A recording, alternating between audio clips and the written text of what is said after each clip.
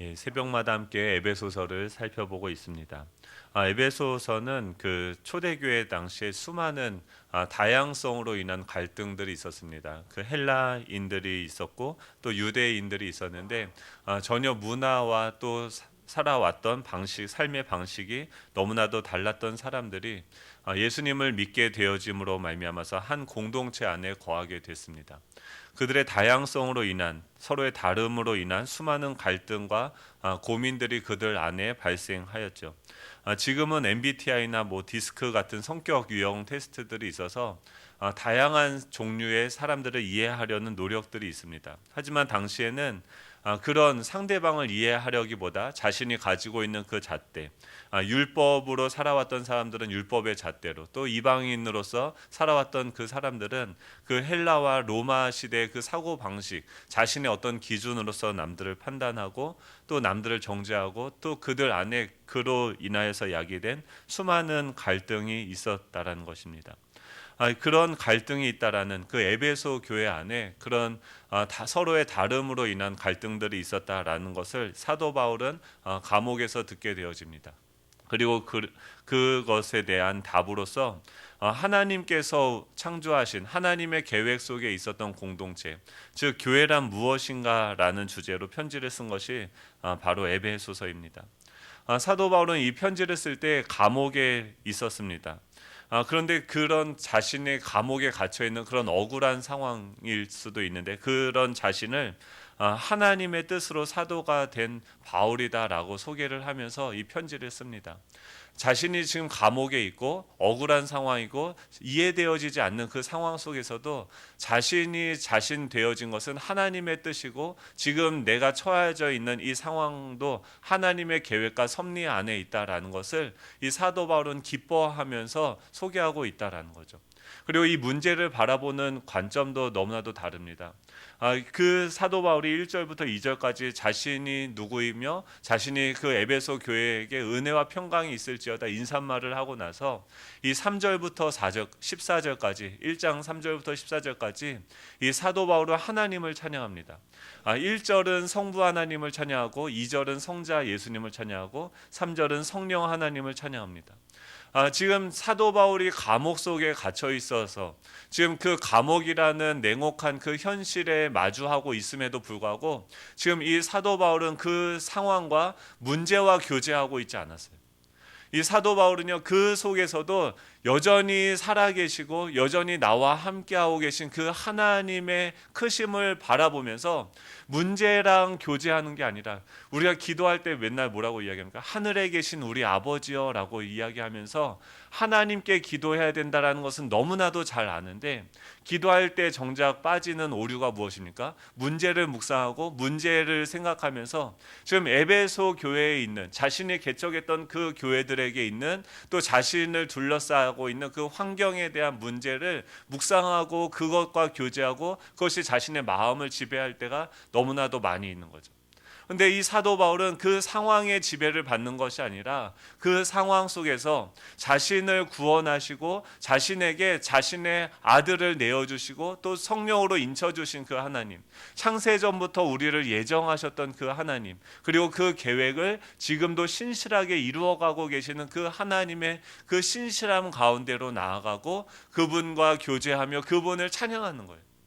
찬양은 무엇이냐면 이 하나님께서 우리에게 행하신 그 일들을 우리가 인정할 뿐만이 아니라 그 하나님을 높여드리는 인간이 할 수 있는 가장 큰 행위인 것이죠. 그 찬양을 하면서 이 사도 바울은 오히려 그 에베소 교회에 있는 사람들, 지금 감옥에 있는 사람이 자유자의 몸으로 신분으로 있는 그 에베소 교인들을 위하여서 기도합니다.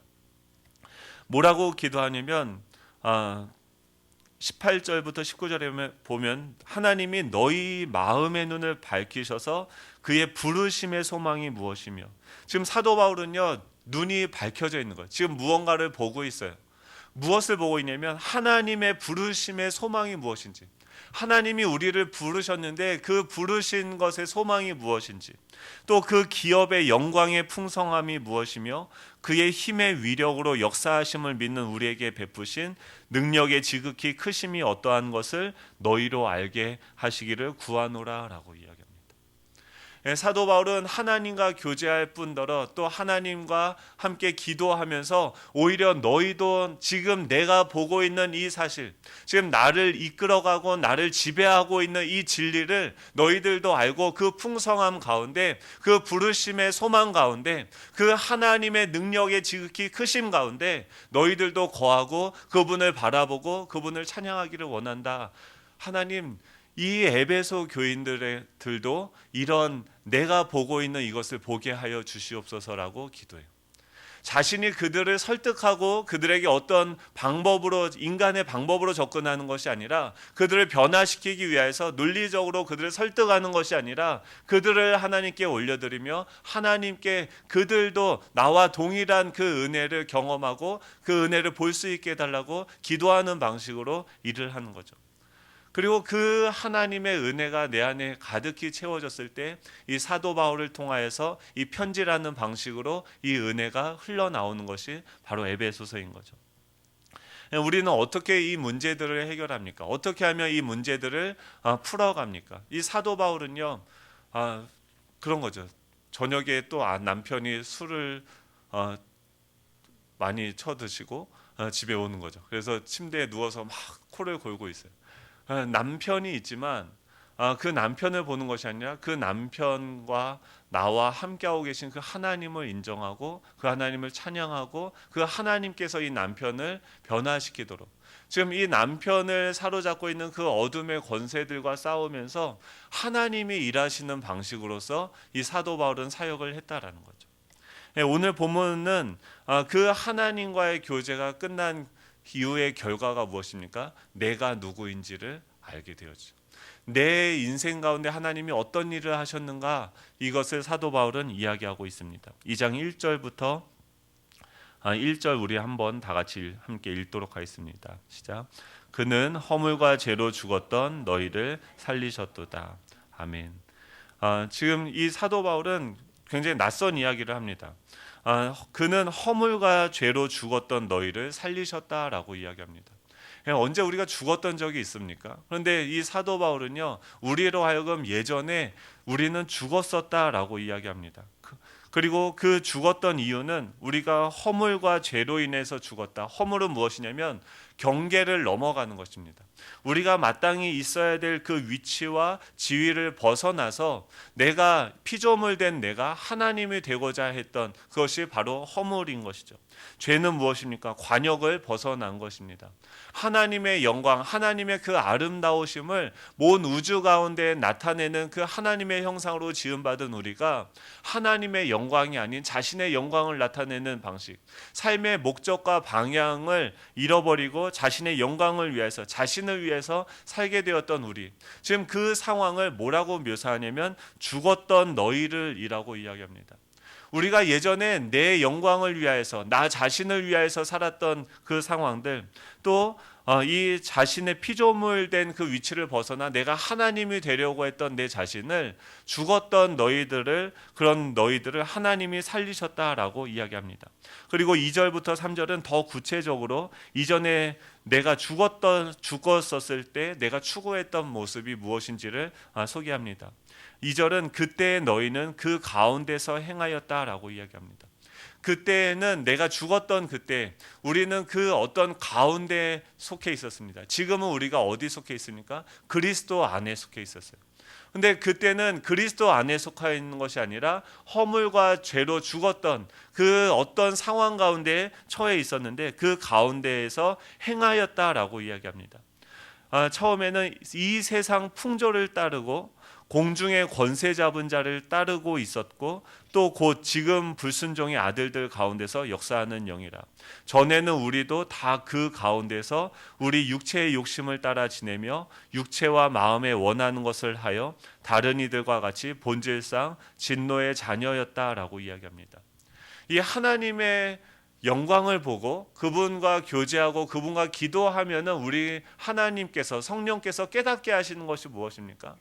우리는 어떤 문제를 해결하기 위해서 누군가 내 마음에 들지 않는 자를 위해서 기도할 때 성령께서는 먼저 무엇을 깨닫게 하십니까? 나는 저 문제를 이야기하는데, 나는 저 마음에 들지 않는 저 사람에 대해서 이야기를 하는데, 성령께서는 너가 과거에 어떠했는지에 대해서 말씀을 통해서 우리에게 가르쳐 주는 거죠. 전에 우리는 허물과 죄로 인하여서 죽었던 우리였는데, 그런 우리를 하나님께서 살리신 것이죠. 그리고 그때 우리는 이 세상의 풍조의 종노릇하였고, 공중의 권세 잡은 자의 종노릇하였고, 우리 육체의 욕심의 종노릇하고 있었습니다. 그래서 우리의 신분은 무엇이었냐면 본질상 진노의 자녀였다라고 이야기해요. 왜 그토록 불안하고 염려가 많았고 죽을 것 같았습니까? 그 죄인 가운데, 죄 가운데, 이 죽음 가운데 머물러 있던 우리에게 하나님의 진노가 쏟아질 수밖에 없는 그런 존재적인 양식을 가지고서 우리는 살아가고 있었던 것이죠. 그 사망의 지배를 받음으로 인하여서 두려워하고 염려하고 근심하는 것이 너무나도 자연스러운 우리의 상황이었었죠. 그런 우리에게 죽을 수밖에 없는, 하나님에게 진노를 받을 수밖에 없는 우리에게 하나님께서 어떤 일을 하셨는가에 대해서 이어서 이야기를 합니다. 4절부터 5절 6절이죠. 우리 한번 다 같이 읽어보도록 하겠습니다. 4절부터 6절입니다. 시작. 긍휼이 풍성하신 하나님이 우리를 사랑하신 그 큰 사랑으로 인하여 허물로 죽은 우리를 그리스도와 함께 살리셨고, 너희는 은혜로 구원을 받은 것이라. 또 함께 일으키사 그리스도 예수 안에서 함께 하늘에 앉히시니. 아멘. 네, 뭐라고 이야기하냐면, 그런 우리 진노의 자녀로서 죽을 수밖에 없는, 이미 죽어있던 우리 가운데 어떤 역사가 일어나기 시작한 거예요. 그것은 무엇이냐면 하나님이 그런 우리, 진노의 자녀인 우리를 위해서 어떤 일을 하셨는지를 사도 바울은 소개하고 있습니다. 그 하나님은 어떤 분이십니까? 긍휼이 풍성하신 하나님이다라고 이야기해요. 그리고 그 하나님께서 일을 하시는 동기는 무엇입니까? 우리를 사랑하신 그 큰 사랑을 인하여라고 이야기해요. 하나님은요, 일하시는 동기가 무엇이냐면 사랑이에요. 왜냐하면 그분이 긍휼이 너무나도 풍성하시기 때문에 그래요. 제가 오늘 아침에 찬양을 뭘 할까 고민하다가 그 크신 하나님의 사랑, 근데 새벽에 하기에는 이게 좀 높잖아요. 그래서 오면서 계속 고민을 했어요. 이걸 할까 말까. 근데 안 할 수가 없는 거예요. 왜냐하면 어제 어떤 그 CTCK라고 이렇게 목회자들 교육하는 데가 있어요. 그 목회자들을 가르치기 위해서 외국에서 유명한 교수님이 오셨어요. 그래서 공항에 픽업을 갔는데 인천대교로 이렇게 지나갔어요. 인천대교 가보셨습니까?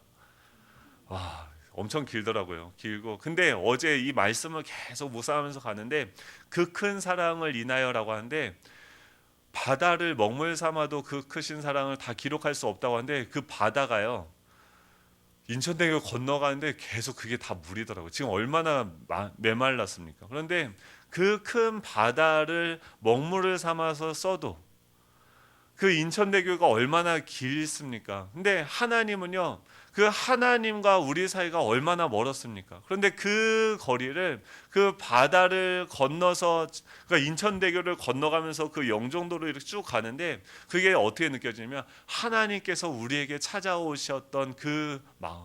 그래서 계속 뭐가 묵상이 되어지냐면 그 탕자를 기다리는 하나님 아버지의 기다림의 길이요. 얼마나 탕자가 나쁩니까? 본질상 진노의 자녀였고 허물과 죄로 죽어 있지 않았습니까? 그런데 그 탕자를 계속해서 그 인천대교보다 더 큰 길이와 이 바다보다 더 크신 사랑으로, 이 바다가 엄청 큽니다. 근데 그 바다보다도 더 크신 기다림으로써 탕자를 기다리시고 저를 기다리셨더라고요. 제가 하나님을 알지 못했을 때 제가 했던 저의 죄를 알거든요. 그런데 하나님을 저주하고 원망하고, 그럼에도 불구하고 그런 나를 끊임없이 맨발로 기다리셨던 그 하나님이 얼마나 큰지 이 인천대교 지나가면서 눈물이 나는 거예요. 그 사랑이에요. 하나님은 그 사랑으로 우리를 대해 주시는 거죠. 그 사랑으로 본질상 진노의 자녀였고, 세상의 풍조를 따르고 공중의 권세 잡은 자를 따르고 육체의 욕심을 따라서 행하던 우리를 대해 주시는 거죠. 어떻게 해요? 끊임없는 기다림. 그것이 무엇입니까? 기다림이 사랑인 거죠. 그 하나님이 그 사랑으로 인하여서 허물로 죽은 우리를 그리스도와 함께 살리셨다라고 해요. 십자가의 죽으심으로 인해서 우리가 받아야 되는 그 형벌을 다 받기만 하고 끝나신 것이 아니라 그냥 우리의 죄를 다 용서해 주시고, 자, 너 이제부터 이제 시작이야. 너 이제부터 새로운 삶을 나를 위해서 열심히 살아야 돼. 이것이 아닙니다. 우리의 형벌, 우리가 받아야 되는 형벌을 다 받으시고 나서 그것이 끝이 아니라 그 예수 그리스도의 부활과 함께 우리를 그리스도 안에서 살리셨다라는 거예요. 살리시고 우리를 함께 일으켜 주셨습니다. 우리가 그 죄와 허물 가운데 다시 살아나서 일어날 수 있는 이유는 무엇이냐면 지금 우리 가운데 함께하고 계신 그 주님이 우리를 일으키시는 거죠. 그리고 더 놀라운 사실은 무엇입니까? 그리스도 예수 안에서 함께 하늘에 앉히셨다라고 얘기해요. 부활하시고 승천하셔서 하늘 보좌 우편에 앉아 계시는데 지금 이 말 함께 살리셨고 함께 일으키사 함께 하늘에 앉히셨다가 무엇이냐면 다 과거형으로 되어져 있습니다. 이미 우리는 어디 있습니까? 하늘 보좌 우편에 앉아 계신 그 예수 그리스도와 연합하여서 그분 안에서 우리를 발견하게 되어진 거죠. 모든 만물을 그 발 아래 두시는 그 하나님 예수 그리스도와 함께 지금 이 모든 만물을 다스리는 데 참여하고 있는 그 신분과 그 지위로 우리를 옮기신 거죠. 왜 그렇습니까? 하나님이 우리를 긍휼히 여기시고 우리를 사랑하시기 때문에 그런 우리 허물과 죄로 죽었던 우리를 함께 살리시고 함께 일으키사 함께 하늘에 앉히셨다라고 이야기합니다. 왜 이런 일을 하셨습니까? 7절이죠. 우리 함께 읽겠습니다. 시작. 이는 그리스도 예수 안에서 우리에게 자비하심으로써 그 은혜의 지극히 풍성함을 오는 여러 세대에 나타내려 하십니다. 아멘. 하나님은요 그 계획이 있었어요. 그것은 무엇이냐면 우리 인류의 역사는 무엇입니까? 죄악의 역사죠. 하나님에 대한 반역의 역사죠. 우리는 산만큼 죄를 지었죠. 그런데 그 크신 죄악, 그 큰 오랜 그 죄악 반역의 역사를 뛰어넘는 우리의 큰 바다와 같은 죄악보다 더 크신 하나님의 사랑을, 은혜의 지극히 풍성함을 오는 여러 세대에 나타내려 한다는 거예요. 그리스도 안에서 우리에게 자비하신 방식으로 우리를 대하시는 것, 이것을 통해서 하나님이 어떠한 분이신지, 하나님의 사랑이 얼마나 큰지를 우리에게 보여주고 우리뿐만이 아니라 오는 여러 세대에 나타내려 하심이라 라고 이야기합니다. 그래서 너희는 8절부터 이렇게 이야기합니다. 너희는 그 은혜에 의하여 믿음으로 말미암아 구원을 받았다라고 이야기합니다. 우리가 구원을 받은 것은 우리가 무엇을 잘해서가 아니라 하나님의 은혜로, 받을 만한 자격이 없는 자에게 무조건적으로 하나님이 선택해 하셔서 그냥 무조건적으로 주어지는 그 은혜로 인하여서 그것을 우리가 믿는 거죠. 이 믿음조차도 하나님이 선물로 주신 거죠. 그리고 그것으로 말미암아서 하나님은 우리에게 구원을 주셨죠. 이것은 우리에게서 난 것이 아니라 하나님의 선물이다라고 이야기해요. 지금 왜 이 사람들이 다른 사람을 보면서 왜 저 사람은 우리 공동체에 함께 있을까? 왜 저 사람은 행동을 저렇게밖에 할 수 없을까? 이 사람들을 향하던 그 비난의 화살은 무엇에 기초하고 있습니까? 나는 이 정도는 된다라는 거예요. 나는 이런 것들을 했다라는 그 자기의 의와 자신 안에 있는 내 의로움, 내 영광, 나는 이 정도만 나는 이 정도는 된다라고 생각하는 그 자신의 어떤 행위로 말미암은 자랑으로 인하여서 그런 비난이 나오는 거죠. 근데 그럴 자격이 있냐? 우리가 어떻게 구원을 받았는지를 다시금 보라는 거예요. 우리가 뭘 해서가 아니라 지금 이 남편은, 이 사람은 무엇입니까? 아직 하나님의 은혜를 덜 경험한 거죠. 아직 모르는 거죠. 왜 우리는 더 겸손하고 더 그런 불의와 그런 핍박 가운데서도 더 기뻐하며 더 감사할 수밖에 없습니까? 왜 사도 바울은 그 감옥 속에서 하나님을 찬양할 수밖에 없습니까? 그 크신 하나님의 은혜와 사랑을 더 많이 알게 된 거죠. 행위에서 난 것이 아니니 이는 누구든지 자랑하지 못하게 함이라 라고 이야기해요. 예, 우리는 자랑할 것이 없습니다. 우리가 우리됨은, 나의 나됨은 하나님의 은혜인 거죠. 예, 이것을 계속 묵상하면 좋겠어요. 날마다 계속 우리가 계속 생각해야 되는 것은, 나는 이것을 하고 무엇을 하고 무슨 어떤 계획을 하고, 우리는 몰라요. 내일 어떤 일이 일어날지, 오늘 어떤 일이 일어날지 모릅니다. 그런데 우리가 기억해야 하는 한 가지는 무엇입니까? 지금 나와 함께하고 계신 하나님이 어떤 분이신지, 그분의 사랑의 지극히 크심이 어떤지, 그분이 나를 얼마나 사랑해 주셨는지, 얼마나 나를 기다려 주셨는지, 하나님이 나를 어떻게 대해 주시는지, 이것을 날마다 더 깊이 알아가기를 원하는 거죠. 그분을 더 묵상하는 거죠. 예수님을 더 깊이 묵상하고, 예수님이 어떤 성품을 가지셨는지, 그분이 우리를 위해서 어떤 일들을 하셨는지를 더 생각하고 더 묵상하고 더 붙잡는 거죠. 이분이 우리 안에 거하고 계시는 것을 너무나도 기뻐하며, 그분의 성품과 그분의 사역에 우리가 은혜로 참여하게 되어진 것을 날마다 기뻐하는 거죠. 지금 사도 바울은 감옥에 있으면서도 그 하나님, 자신 안에 계신 그 하나님 안에 자신이 거하고 있다. 예전엔 진노의 자녀였으나 지금은 하나님의 자녀로서 그리스도 안에, 인 크라이스트, 예수 그리스도 안에 내가 발견되어진다. 그리고 10절에는 이렇게 이야기합니다. 우리 같이 10절 읽겠습니다. 시작. 우리는 그가 만드신 바라 그리스도 예수 안에서 선한 일을 위하여 지으심을 받은 자니, 이 일은 하나님이 전에 예비하사 우리로 그 가운데서 행하게 하려 하심이니라. 아멘. 여기서 우리는 그가 만드신 바라라고 이야기하는데, 이것은 뭐냐면 하나님의 작품이다라는 거예요. 우리는 어떤 존재입니까? 하나님의 작품이에요. 어떤 재료로요? 자신의 아들 예수 그리스도를 십자가에 내어주시고, 그의 피와 그의 섬김의 그 삶, 그의 의로 우리를 빚으신 거죠. 그분 안에서 그분의 피와 그분의 살로 우리를 다시 만드신 거죠. 우리는 하나밖에 없는 하나님의 작품인 거죠. 그것으로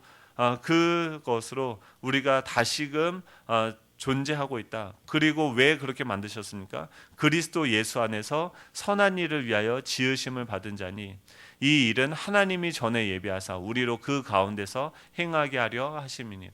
이제는 어디서 행합니까? 이 선하신 그 하나님, 그 악한 자들을 위하여서 오히려 자신의 생명을 내어주시는 그 하나님의 선하심을 우리가 맛보아 알 수 있는, 그분의 선하심에 참여하는 존재로서의 새로운 피조물로 살아갈 수 있도록 하나님이 우리를 창조하셨음을 믿으시기 바랍니다. 오늘 우리는 더 이 하나님을 묵상하면 좋겠어요. 탕자 하나님, 하나님이요 정말 속상했겠더라고요. 저를 기다려 주셨던 그 하나님을 생각하니까 제가 아이들한테 뭐라고 할 말이 없어요. 우리 아내한테, 또 지금 제가 섬기고 있는, 얼마나 제가 너무 감사했던 게 뭐냐면, 예전에 저를 아는데 그런 제가 지금 여기서 뭘 하고 있어요? 그 하나님의 지극히 선하심, 그분의 사랑의 풍성하심을 지금 증거하고 있지 않습니까? 이게 기적 아닙니까? 여러분은 저를 잘 모르시죠? 저는 저를 알거든요. 너무 감사한 거죠. 그 하나님의 사랑, 그 하나님이 지금도 우리와 함께 하시죠. 그리고 그분의 사랑으로 가득 채워지면 좋을 것 같아요. 그러면 다른 사람이 저를 찔러도 그 사랑이 흘러가는 거죠. 다른 방법이 없습니다. 이 하나님의 사랑을 더 깊이 생각하고 묵상하고 그 하나님의 사랑을 흘려보내는 저와 여러분이 되면 좋겠습니다. 기도하겠습니다. 하나님 감사드립니다. 허물과 죄로 죽었던 저희들을 위해서 하나님 우리를 버리시지 않고, 또 우리를 포기하지 아니하시고 끝까지 우리를 기다려 주시며, 또 그 아들을 우리에게 보내주셔서 하나님 우리를 살려주시고 또 함께 일으키시고, 또 그분 안에서 우리가 하늘 보좌 우편에 앉게 하신 주님을 찬양합니다. 하나님, 우리가 주님께서 우리를 위해서 행하셨던 일들이 너무나도 많고, 또 지금도 주님께서 우리에 앞서서 일하고 계시는데 하나님을 우리가 보지 못하여서 염려하고 근심할 때가 너무나도 많이 있었음을 고백합니다. 하나님을 옆에 놔두고 내가 무언가를 행하려고 하고, 내가 뭔가를 계획하려고 하고, 내가 무언가를 이루려고 성취하려고 했던 우리의 마음을 이 시간 내려놓기를 원합니다. 주님, 그 가운데서 행하지 않길 원합니다. 이제는 주님을 알고 주님 안에서 주님과 동행하며 주님과 함께 이 나라를 다스리기를 원합니다. 주여, 우리를 통하여서 일하여 주시옵소서. 하나님을 더욱더 알기를 원합니다. 그 사랑을 더 알기를 원합니다. 주님께서 지금 나에게 문제를 주신 것은 그 문제를 통하여서 우리가 예전에 문제였을 때 우리를 향한 그 하나님의 사랑의 마음을 알게 하시려고 이런 상황을 허락하신 줄 믿습니다. 하나님, 그 고난의 기쁨으로 우리가 참여하기를 원합니다. 주여, 주님의 마음을 알게 하여 주시고 또 우리가 죽을 때 주님께서 그 상황을, 그 문제를, 에베소 교회를 다시금 회복시키셨던 것처럼 하나님, 그 회복의 역사가 우리를 통해서 이루어지게 하여 주시옵소서. 오늘 하루를 온전히 주님께 올려드리며 예수님의 이름으로 기도드립니다. 아멘. 하늘에 계신 우리 아버지여,